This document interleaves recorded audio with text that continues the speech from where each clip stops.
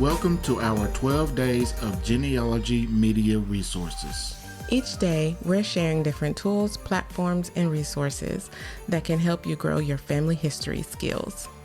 We'll explore websites, books, podcasts, TV shows, and other helpful media that we've used on our own genealogy journey. Whether you're a beginner or you've been researching for years, these resources can guide, inspire, and support your work. So let's jump into today's genealogy media resource.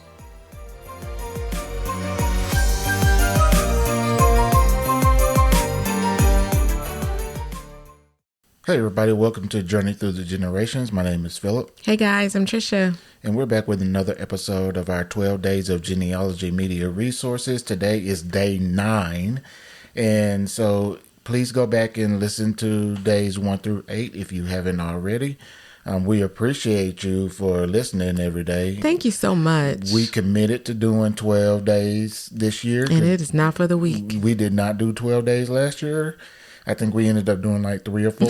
Yes, we dropped the ball. Yeah, we committed to 12. We're on day 9. We're almost there. So appreciate y'all. So today we're going to talk about a media tool that can be used for genealogy called Google Alerts. So, you can't talk about technology and media without bringing something Google into the big dog into the picture. So we know, people have frustrations with genealogy sometimes. Yes. You can't find who you're looking for. You can't find what you're looking for. You go to Google and you think Google is going to tell you, what you need, and it's just going to show up and without you, really doing anything. It doesn't quite work like that. Yeah, but the internet is growing every day. Yes. There's always new information. There's new digitized books. There's obituaries. People are writing blogs, Trisha, and it's being uploaded in Google every single minute around the world. And so if you aren't searching every day, all day, you're going to be missing out on those things. And so what we're going to talk about is a little bit about Google Alerts and how it can help you in your research. And we'll share some search tips that you can use to automate and research and maybe be able to find more information than what you've already found. Yeah, I first actually heard about Google Alerts watching TV, one of my favorite shows, The Good Wife. Their children on the show put their father's name as a Google alert so they could find out about his scandal, which I thought was hilarious. But then I was like, I should do that and put in information that I'm looking for that's hard to find. And then when new information comes up, I will get an alert. And that's exactly what I did. I put in my grandmother's school, Cotton Plant Academy here in Arkansas, because there's not very much information about it, and some other stuff. And I don't remember the other ones because I don't get that many alerts about it. But Google Alerts to me is working smarter and not harder, because I'm letting Google do all the work for me. And I don't get a lot of alerts. Like I said, this is an older school. It closed in the 60s. So there's not really any new information about it. But every once in a while, I'll get a Google alert about it, and I'm always so excited. And it's usually some information that I didn't know. One time it was a photo that somebody had posted somewhere in a book or something that had just been published. So you just never know what you would be able to find with Google Alerts. Yeah, I've heard of Google Alerts before, and people have used it for business needs.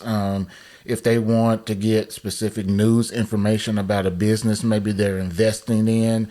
If you do stock options or trading, you put that information in. So people have been using Google Alerts. I've never used it, but I knew about it. But if you're of a certain age, you remember infomercials. Oh, yes, I do. And so there's this... Clap on. Yeah. So there's this infomercial that used to come on really late at night, like most of them. And it was a guy, I believe his name was Ron Popeil.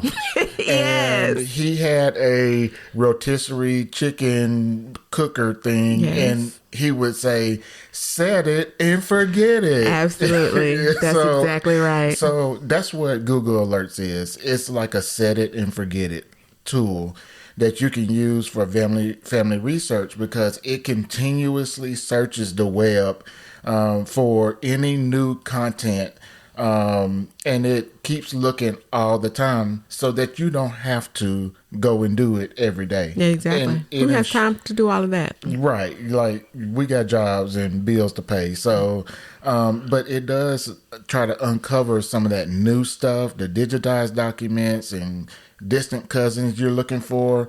You would miss that stuff otherwise. Absolutely. And so the Google Alerts is a really, really strong tool that may be able to help you. So what we're going to do is talk about how you can leverage Google Alerts for your family history. And I'm not going to go really detailed in this. And as I think about it right now, I think what I'm going to do is put together a more detailed class and do it, maybe put it on our YouTube channel that's a good or idea. something, because some of these things you have to show it. You have to see, yeah. And just talking about it, but you can, when you're doing the Google Alerts, you need to make sure that you focus on individual ancestors.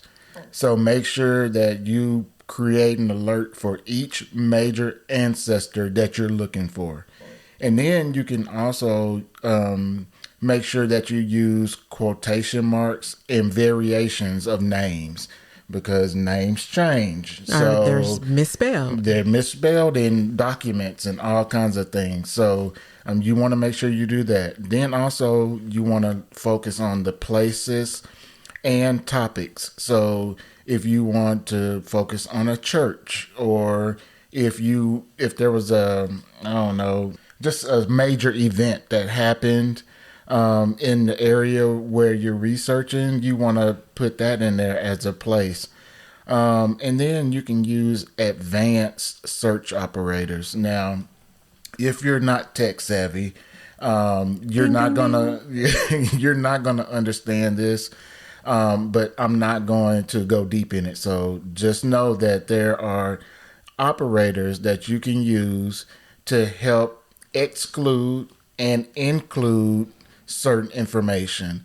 And you can do this in just a regular Google search too. But most people don't use it that way because they don't know how to and what all they are. But yes, you can do that. And I actually talked about this in a class that I taught in a conference before a few years ago.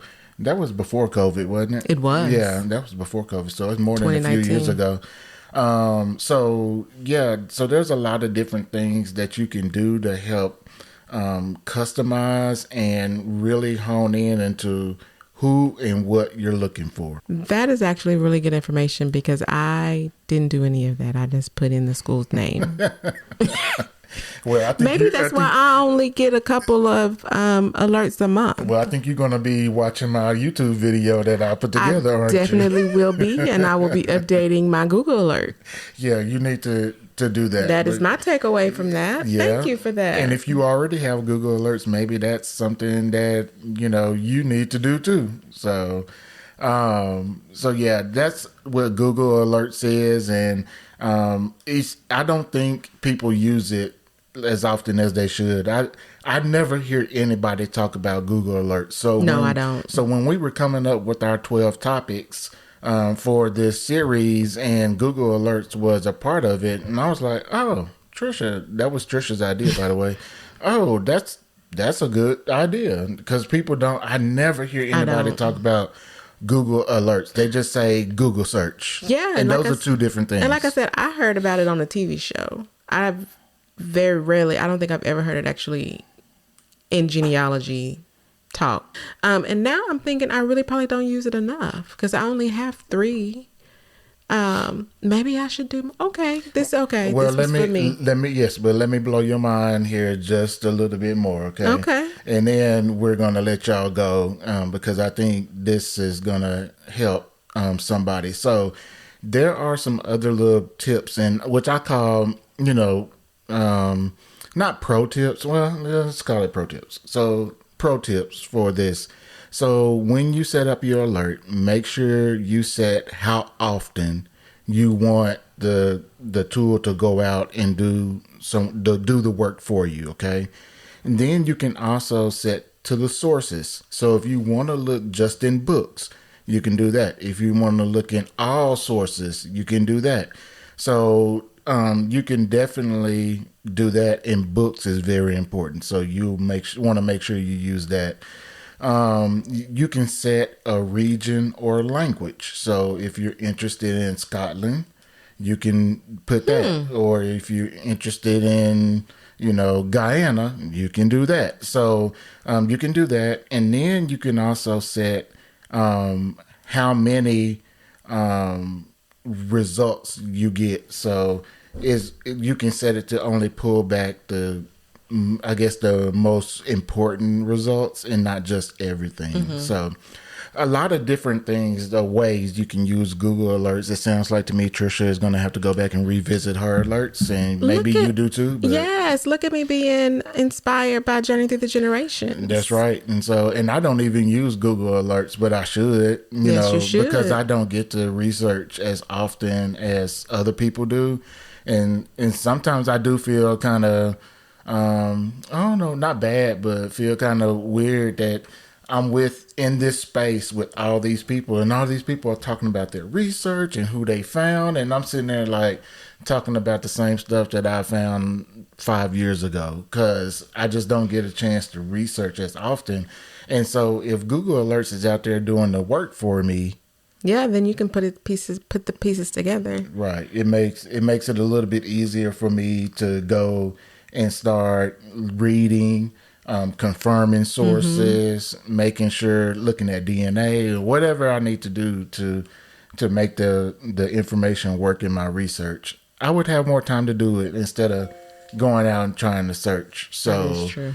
Yeah, I mean, this is a good tool, and I hope people will end up using it. Words of the day, Google Alerts. For sure.